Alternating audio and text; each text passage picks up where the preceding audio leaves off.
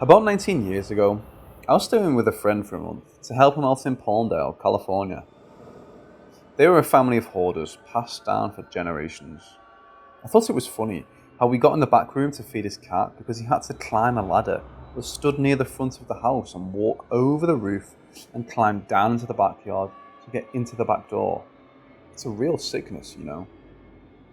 How he got the house was his grandmother passed away a few years prior, so he moved in and added to the hoard. So his mother, who lived down the street, asked me if I could help out, so I did. I would do anything for that lady. It was a big job, so since my house was across town, I just made a comfortable place for myself in the living room. He told me that he sees his grandmother from time to time, and that she plays tricks and moves things so he can't find them. I would joke that he can't find anything in that house anyway, and then I laughed and told him to stop blaming things on a ghost. There were a few nights when I saw a mist form and move around the room, and a couple of pictures fell off the walls, but nothing that freaked me out, except when the cuckoo clock fell and made a loud noise that made me jump. And we both heard his name being called in his grandmother's voice on numerous occasions. Well, I'd been there for a little over a week, when late at night, I started hearing a voice, almost like it was in my head. It was an old lady, but not the voice of his grandmother, and she was saying full sentences. At first, I couldn't make out what she was saying, but she was definitely saying something. Thinking that my mind was playing tricks on me because I was so tired, I shrugged it off. After a while, the voice became clear. It wasn't all the time, but at least twice a day. And now, not only at night.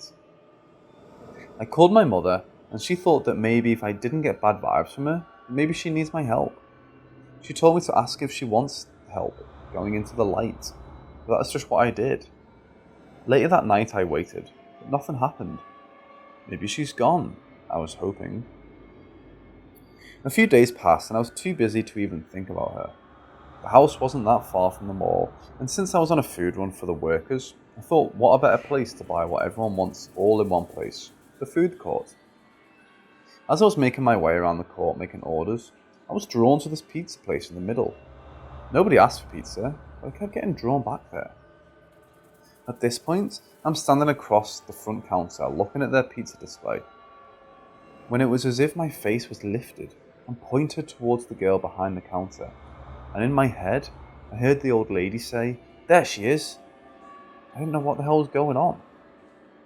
The lady told me very clearly to tell her not to worry, because she will find out the truth and it will all work itself out, and to knock it off. I must have looked nuts. I know that I felt nuts just standing there trying to figure out how to approach this person, letting all the customers in front of me go ahead, while all my other food is getting cold. After everyone was helped there, I was standing there and the girl was looking at me. I felt my knees shake as my anxiety heightened. She asked what she could get me, and I just stood there like an idiot, and then I blurted it out. I explained to her that I didn't do this type of thing, and that I know it sounds crazy, but I've been hearing the voice of an old lady for the past week, and she had a message for her. There it was. That look. She rolled her eyes and said, "What's the message?" After giving her the message, her look changed into a look like, "What do you want and what are you selling?" I just turned around after telling her that I was sorry for bothering her, and that the old lady's voice once again chimed in my head, sternly saying, "Atta girl, tell her atta girl." So I turned around as I was walking away and said, "She said atta girl." And I then started to go on my way, thanking God it was over, when the girl behind the counter yelled, "Stop!" I turned around and saw that she had tears in her eyes, and her whole demeanour changed, and she said, "That's my grandmother." She asked me if we could sit down and talk, but I told her that I didn't have any answers. This was not something I went around doing, but her grandmother must have really loved her, to go through so much effort to contact her, and I was happy to pass on the message, but I really had to get back with the food. She then passed me a coupon for a free pizza that she wrote her number on, and said, "Please come back anytime." Thinking this was all over, I went back to the house and back to work, feeling a little bit lighter. A week passed without a word from the old lady, and I chalked it down as another crazy thing that happened. Mom said that maybe she could rest in peace now, but that was not the case.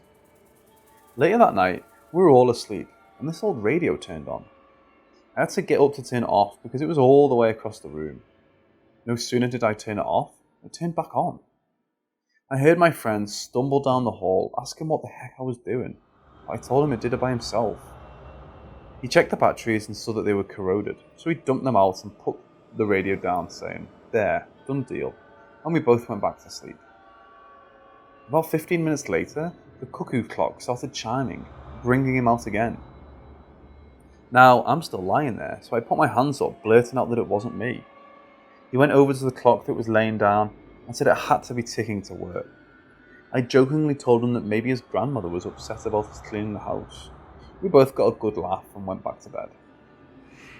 I woke up the next morning and the house was quiet. The third dumpster hadn't arrived yet, so I just laid there, mapping how the day should be planned out in my head. When I heard that old familiar voice saying, "Please help, where is she?"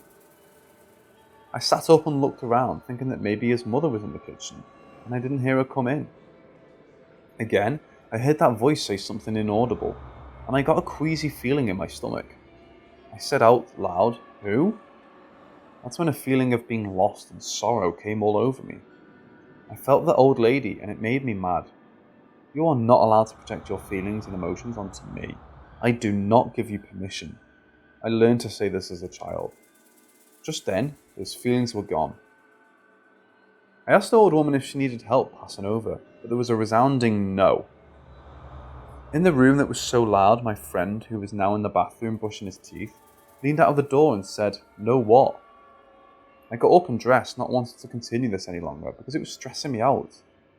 I mean, like I said, I am sensitive. I am not a medium. The other dumpster arrived and so did a few friends to help, so I was pretty busy and I blocked all of it out. Later that day, we were all talking about food and my friend reminded me about the free coupon for pizza I still had in my purse. So I called to see if I could add to the order and redeem the free pizza. She told me to wait until 6 because the mall was closing and we could have anything left over. I'm not one to shrug off the words free food, so we waited. While she was loading my friend's arms with pizzas and bags full of leftovers, she looked up at me and asked if her grandmother was still around. I told her that she didn't understand why she was there and that she refused to pass over. I told her that she seems quite lost for some reason. She told me that she lived with her and took care of her at her house that was located 1 block over from the house I was cleaning, and that she had dementia. She said that maybe she didn't know where she was. I found that hard to believe, because I thought that after you go, unless you're earthbound, you can go anywhere. I said that if what she says is true, why doesn't she just go home with her? I really didn't understand. We came up with a plan for me to talk to her and tell her that I will talk to her granddaughter's house and see if that works. I felt stupid, but I did it. The next night, I told her that if she wants me to bring her to her granddaughter's house, she has to come with me. It was about a 20-minute drive, and I kept getting images of a white porcelain child angel and a little white hat with flowers on it. She was waiting outside her door with open arms. She opened her door and said, "I've been waiting for you, Grandma." The moment you walked in the door and turned left, there was a porcelain child angel perched on top of the curio cabinet, which made me gasp. She showed me that. I told the girl and she said that it was a gift her grandmother gave her when her little girl was born. She asked me to sit down in the living room and told her grandmother that she wanted to show her around. I sat there for about 15 minutes when she came back in and sat across from me on the coffee table, extending her hands to look at mine. She said she could feel her and thanked me for bringing her home. I was just sitting there in shock at how this was all played out. I did have a question before I left. I asked her what the significance of a small white hat with flowers was. She then fell on the floor laughing and said that she couldn't believe I just asked that. She said that the latest debate between her and her fiancé was with which hat her daughter was going to wear as the flower girl at the wedding. I'm guessing her grandmother liked the white one with the flowers. After a while, I lost touch with the girl and I no longer heard the voice of the grandmother. All the work we did at my friend's house amounted to nothing, because a year later, he filled it right up again.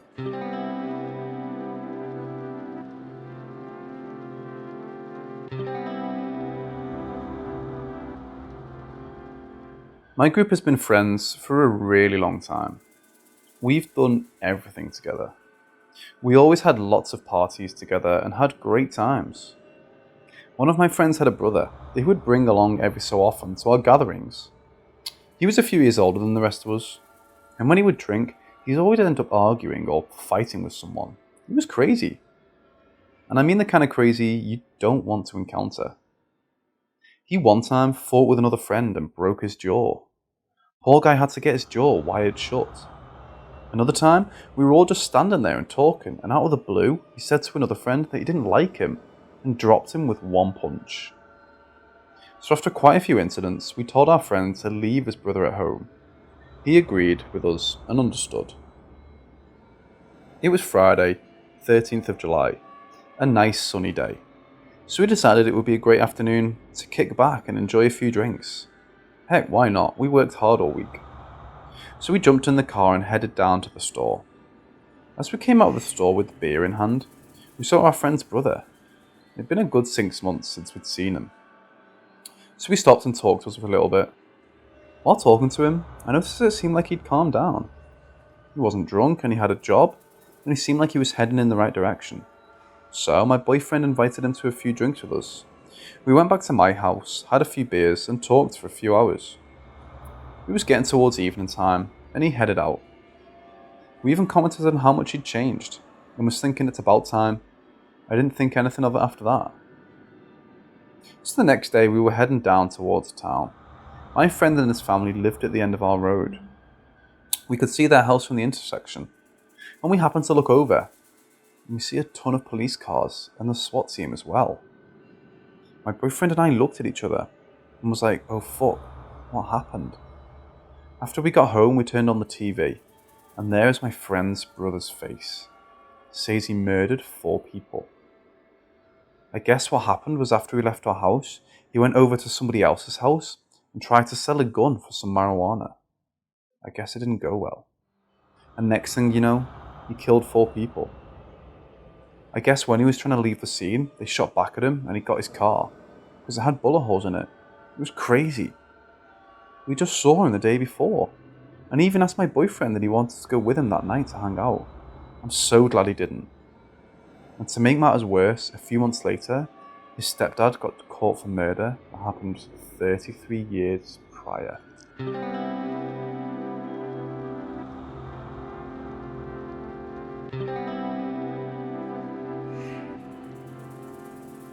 Around a month ago, my mum came downstairs after having a lie down and told me how she felt what appeared to feel like a cat walking beside her over a duvet. We laughed it off and I told her she was crazy. We do have a cat, but she was with me at the time. My mum experienced that. But it carried on. My mum had trouble sleeping and lays wide awake for a while, and it started to become every night, where she feels this cat beside her over the duvet and laying down next to her. A couple of weeks ago, I started to experience the same thing. My cat doesn't sleep in our bedrooms as we have the door shut, and she enjoys her alone time. She's able to go into my brother's room if she wants, and he keeps his door slightly open. It literally feels as though a cat hops up onto the bottom of my bed, walks along, and then flops down next to my back. Tonight I lay down and a few seconds later I feel it, but it lay down on my thigh. I sleep on my side. It's never laid down on top of me before now. I lay for a short while. I could feel the warmth and heaviness of it being there. I started to get creeped out, so I jumped up and obviously nothing was there. I don't know why, but it really bothered me that it lay on me, so I went downstairs to sit and watch TV, which is where I am now. This all happened around 30 minutes ago. Around 20 minutes ago, I was sitting with my cat, and we see a small dark shadow just kind of fly across the room, from under the TV cabinet and out the door. It happened too quickly for me to get a good look. My cat saw it. She could sense it before we saw it, because she got all bothered with her pupils really dilated. She didn't get up to follow it or anything, and she's calmed down now. I don't feel scared of it per se. I wasn't bothered before it lay on me, just kind of creeped out. Like I said, we've lived here for 14 years and absolutely nothing has changed in order for this cat spirit thing to show up a month ago. My mum isn't bothered it. She usually gets freaked out by ghosts and stuff, but she doesn't really seem to have much of a reaction when talking about it.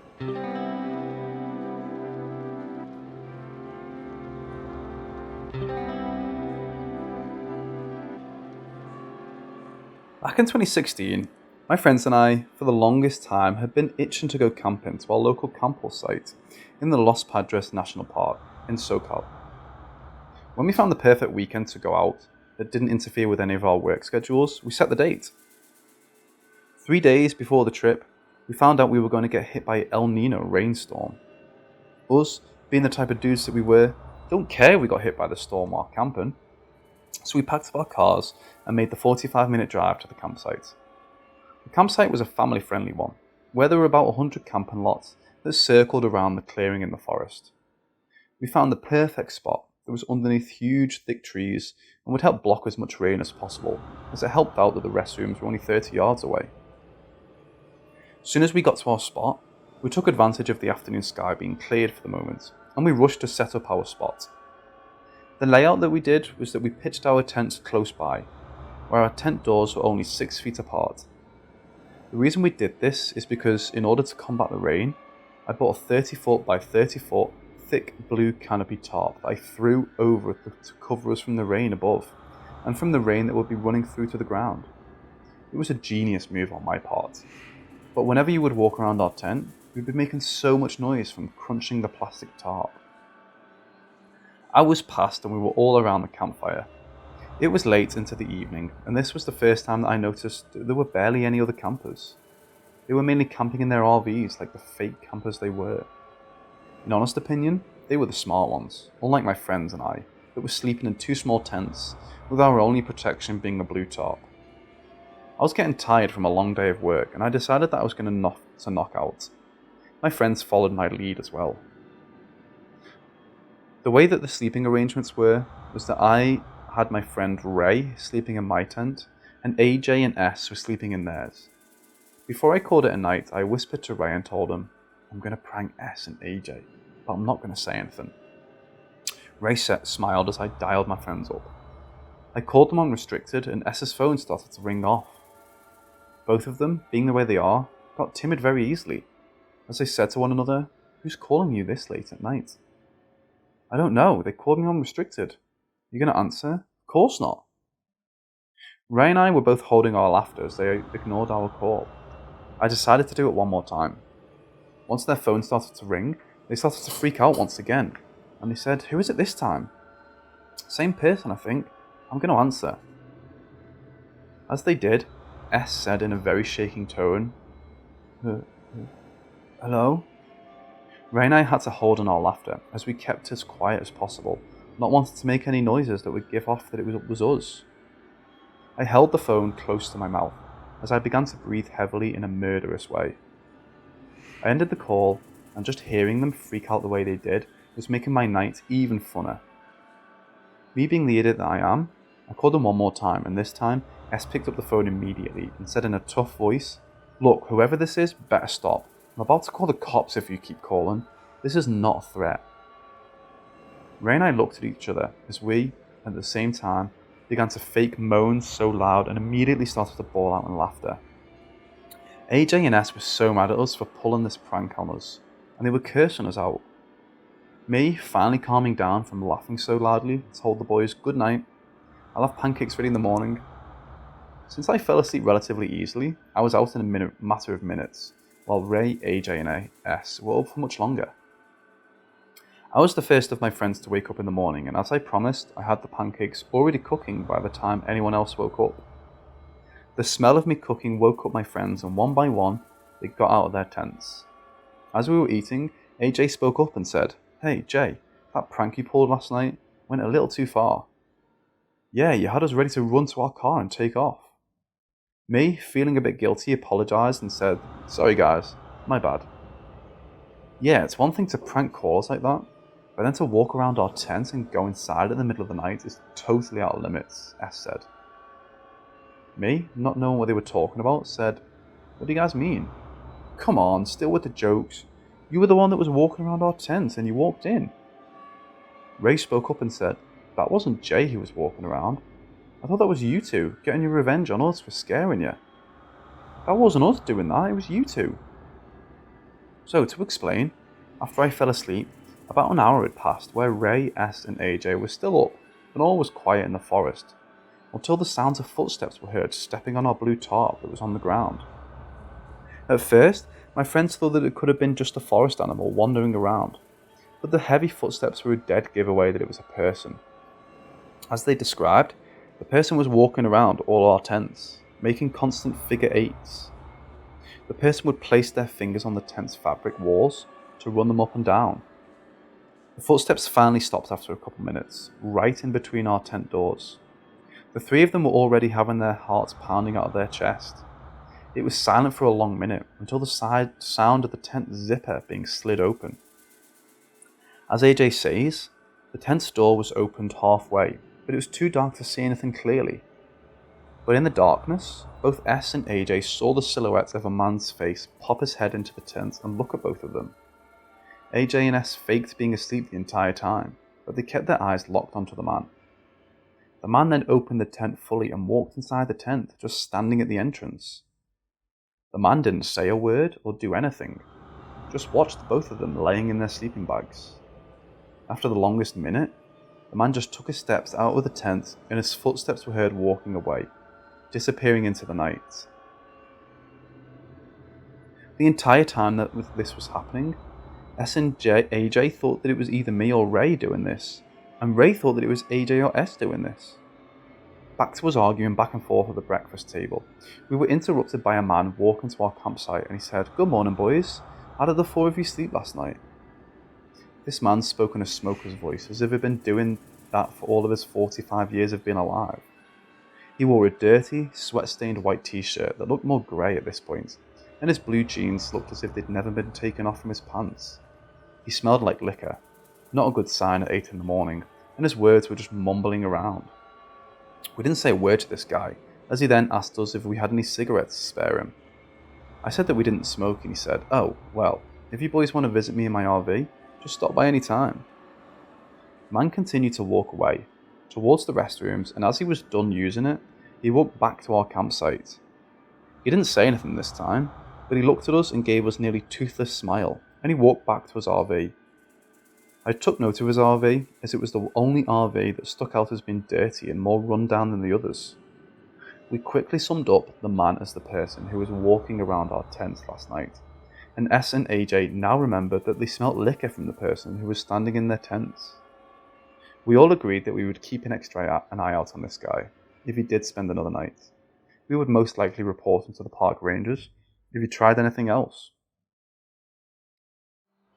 When it was around lunchtime, the man came back, not to use the restroom, but just to talk to us.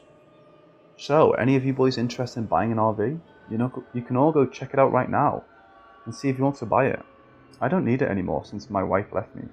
Just check out the inside." "No, we're good, sir," I said with a visible threatening tone. The man seemed to notice this, and he walked away. The man did end up leaving a few hours before sunset, but the entire time that he was there, he kept glancing at us. The man had his RV about 50 yards away from us, and I noticed that he had a restroom right next to his RV. Why did he make an effort in walking all the way over to our campsite to use our restroom? Also, why did he even use ours if RVs come with restrooms installed in them? Whatever the man wanted, we were just glad that we were about to enjoy the rest of our weekend.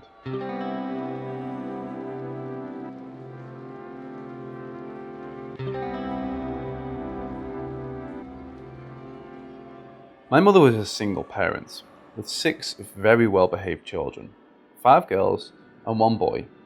My name's Brandy, and I was the youngest and very small for my age. We were all opened up to the paranormal at an early age. This took place in Hollywood, California, in the late 60s. Mom knew her kids were all different, and she was very supportive. She would just let us not to go around telling people because they would think our family was crazy. Looking back at life with my mother, I kind of tend to agree on so many levels. Something she always said stuck with me. People don't like what they can't understand. At the time, we were renting a downstairs duplex on Alexander Street in Hollywood, California, across the street from this mean old lady. She lived in the back of the house, with her windows blacked out, and would scream at the kids walking or riding their bikes by. She even popped our balls if they landed in a driveway, and then she'd laugh. I tried to be a friend because I loved everybody, but she had an evil soul. One day, our mother sat us down and told us that the owner was getting a divorce, so she and her kids wanted to move back to our place, so we had to move. Mom knew that it was going to be hard financially to come up with the money for the move, but she asked us to have faith in her, so we did. Mom worked 3 jobs and worked mostly day hours, so the only time she could go looking at rentals was at night. All 6 of us would pile into this big yellow wood panel station wagon with a suicide seat in the back, and off we'd go. The adventure began into the night. Most of the time, some of the doors to the rentals were unlocked. The 60s. All of us were armed with flashlights, but we had to be very quiet. The scariest times for me was when the doors were locked, so, me being the smallest, my brother would help me into an open window in the dark, so I could run to the door and open it for them. Now that I'm writing this, I believe that was breaking and entering. My brother and I were very sensitive, so if there was a house that made any of us uncomfortable, Mama would scratch it off her list and move on. It was hard to find a house that fit all of us, especially anything my mother could afford. One day I came home from school and was surprised to see all of our stuff was being moved out to the house, directly across the street where a mean old lady lived in the back. I finally found my mother and asked what was going on. She told me that she got a really good deal she just couldn't pass up. Just stay away from that old lady, she told me. It was an old 2-story house with wood floors and a big porch that wrapped to the side. 1 bathroom, 3 bedrooms. It used to be 4 bedrooms, but a small portion in the back was divided to accommodate another renter, that old lady. I must add that I was young, and still very small for my age. The house was much bigger than the duplex across the street. Boxes were everywhere, and there was so much commotion downstairs. My mother was understandably distracted. I asked her why she didn't wait and let me check the house for anything bad first. Not wanting to make me feel dismissed, she took both of my hands and told me there wasn't any time. It was a good deal, and I had to take it, and she didn't have to use a moving truck. She told me to check it out now and report back to her if anything was wrong. Feeling very important, I went off to investigate. I went into the kitchen, big. I went into the dining room, fancy. And then I started up the stairs. Mom mentioned that there was a bedroom big enough for all my sisters, a place for all my toys in the hall, and a room for my brother, so I was excited to see this. The staircase was enclosed with a door at the bottom. We went up 4 steps to a landing, where it turned to the right and then proceeded up from there. I got up to the top step when something got me.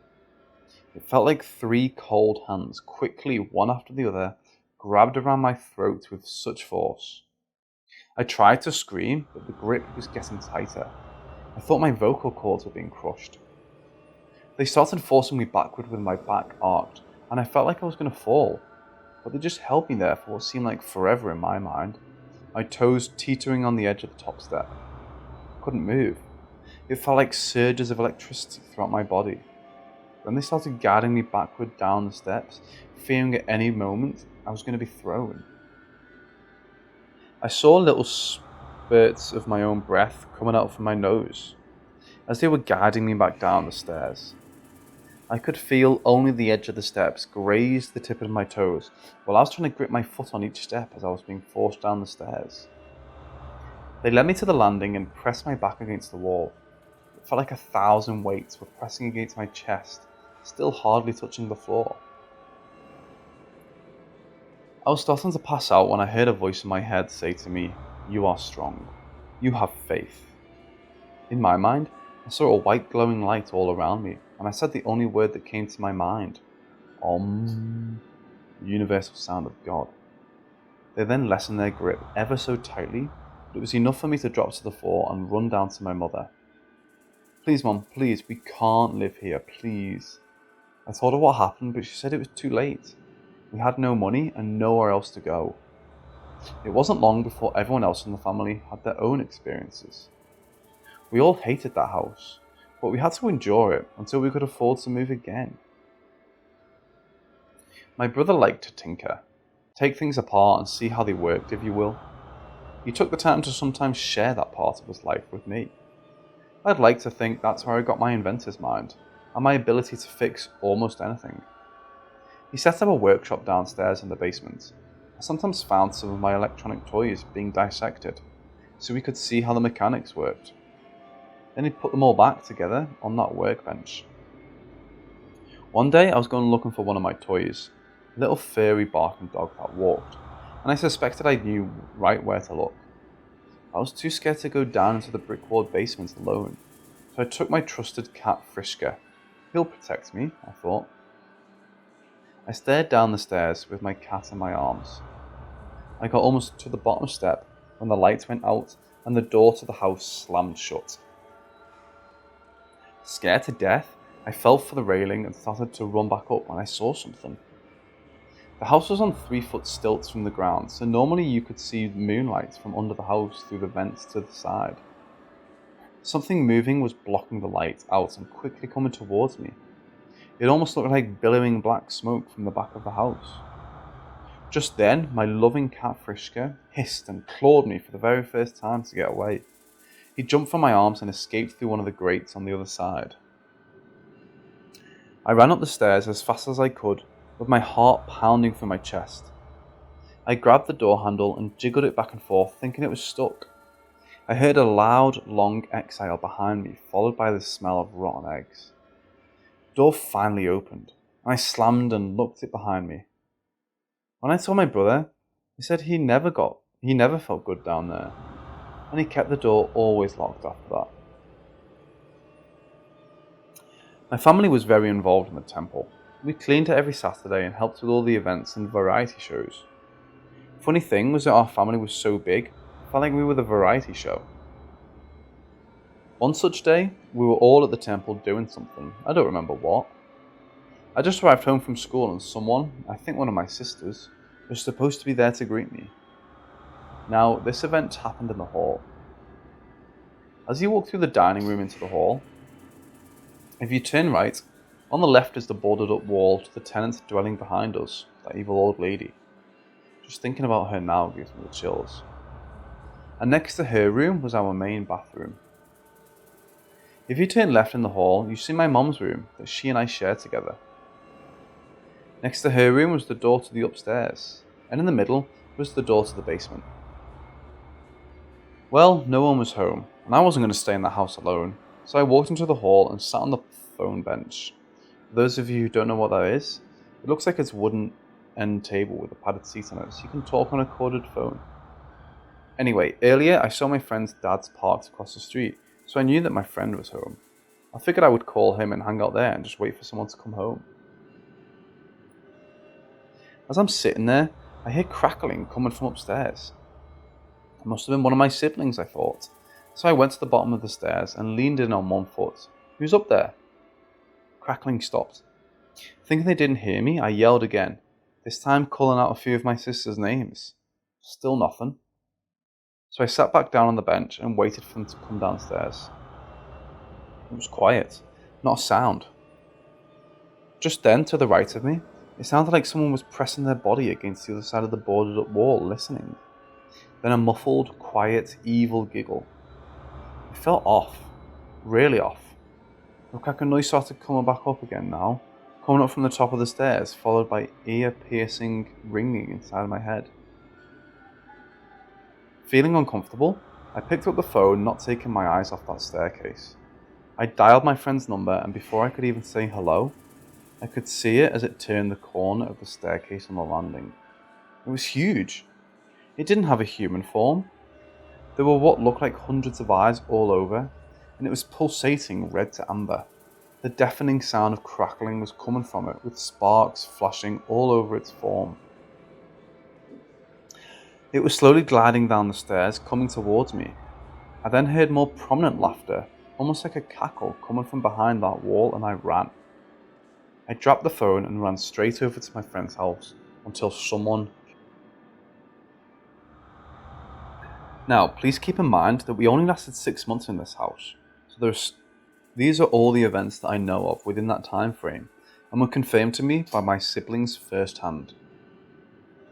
A brief description of where this next event took place. It was on the second floor. Standing at the top of the stairs, to the left toward the back of the house was my brother's room. Inside the door to the right was a short wall at the front of its bed. Alongside his bed was a window with some curtains. All of the head of our beds in our house was always faced east. Then a desk next to his bed, then an open space at the back corner near the closet. On the right of the stairs was all of my sister's room. It was long and big and set up as follows. Closet to the far right, then lined from right to left, 4 single mattresses on the floor next to each other, with all the heads to the east, then a window. My family were all avid readers. Well, that's pretty much all you could do back then. Late one night, about 2 a.m, my sisters were all lying on their beds, reading, when my brother burst open the door, white as a ghost, grabbing his neck, gasping for air frantically, telling them to all go downstairs. He briefly shared his experience, then ran out of the room. At that point, he ran downstairs to wake up our mother. I witnessed this because I shared a room with her. Actually, one of the beds upstairs was supposed to be mine, but I always complained about seeing a man hanging from a rope over the staircase landing. Plus, I had too many other experiences up there myself. The door swung open, slamming against the wall. He was standing there in a white t-shirt and PJ pants. There was no colour in his face, and his neck looked like it was on fire. He said that he was just falling asleep when he felt a negative presence. Something caught his eye in the back corner of the room. It was the full body apparition of an old man, and there was hate emanating from him. He started to sit up, but the man flew at him from across the room. He tried to describe it as quick. Like 1 second he was there, and the next he was on top of him. So fast the curtains and everything else in the room was affected like a big burst of wind. He grabbed his neck with both hands, gripping tight, and was choking the life out of him. He said he was nose to nose with this thing, and that this day he can't shake the evil image of his face. My sister and I both remember him saying, at the time, that the man in a guttural voice said, "I want your body." My mother put a cold rag on his neck and calmed him down.